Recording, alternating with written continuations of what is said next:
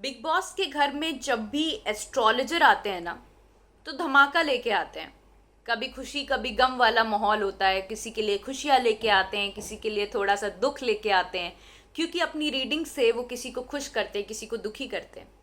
हमने आपको पहले की वीडियो में बताया कि किस तरीके से शालीन की 7:30 चालू हो गई है, ये बताया एस्ट्रोलॉजर ने। साथ ही में अर्चना का 2026 में अच्छा वक्त आने वाला है, ये बताया एस्ट्रोलॉजर ने।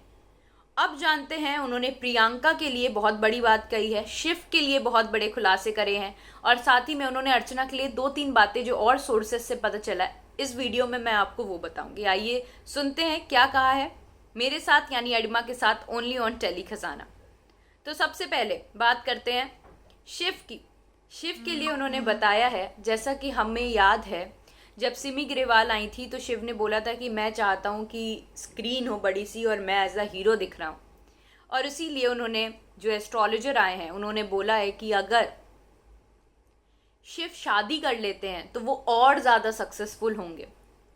और सिमी अग्रवाल ने जब शिव से क्वेश्चन पूछा था कि धन संपत्ति, सक्सेस या फिर आपकी सपनों की रानी क्या चुनेंगे, तो उन्होंने सक्सेस चुनी थी।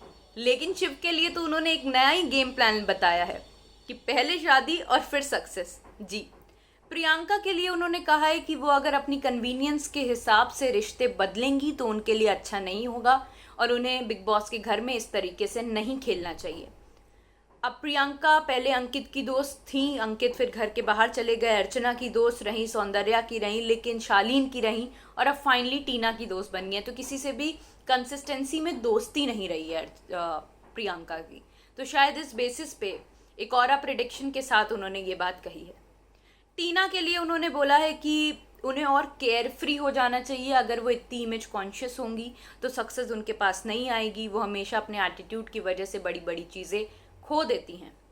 निमृत की 7:30 चालू हो गई है, ऐसा बोला है। शालीन के लिए भी ये बोला है और निमृत के लिए भी बोला है। तो क्या 7:30 चालू हो गई है तो निमृत के हाथ से क्या ट्रॉफी जा चुकी है, ऐसा भी कुछ है? काश ये भी हमें पता चले, एस्ट्रोलॉजर कुछ बताएं कि ट्रॉफी किसके पास जाने वाली है। अर्चना की काली जुबान पे बहुत बड़ा कमेंट किया है। बोला कि अर्चना की जुबान इतनी काली है कि वो जो बोलती हैं वो सच हो जाता है। आपको याद होगा अंकित का एविक्शन, उन्होंने पूरी प्लानिंग करी, बोला कि अंकित को घर से बाहर निकालूंगी और वो घर से बाहर निकल गए।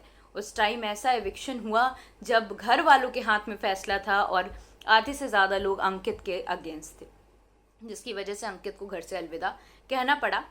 तो इस तरीके से एस्ट्रोलॉजर कई मसालेदार बातें लेके आए हैं, लोगों के बारे में बता रहे हैं।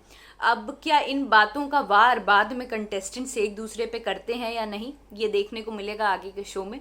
तब तक देखते रहिए टेली खजाना, और अगर अभी तक आपने टेली खजाना को सब्सक्राइब नहीं किया है तो तुरंत करिए। Thank you.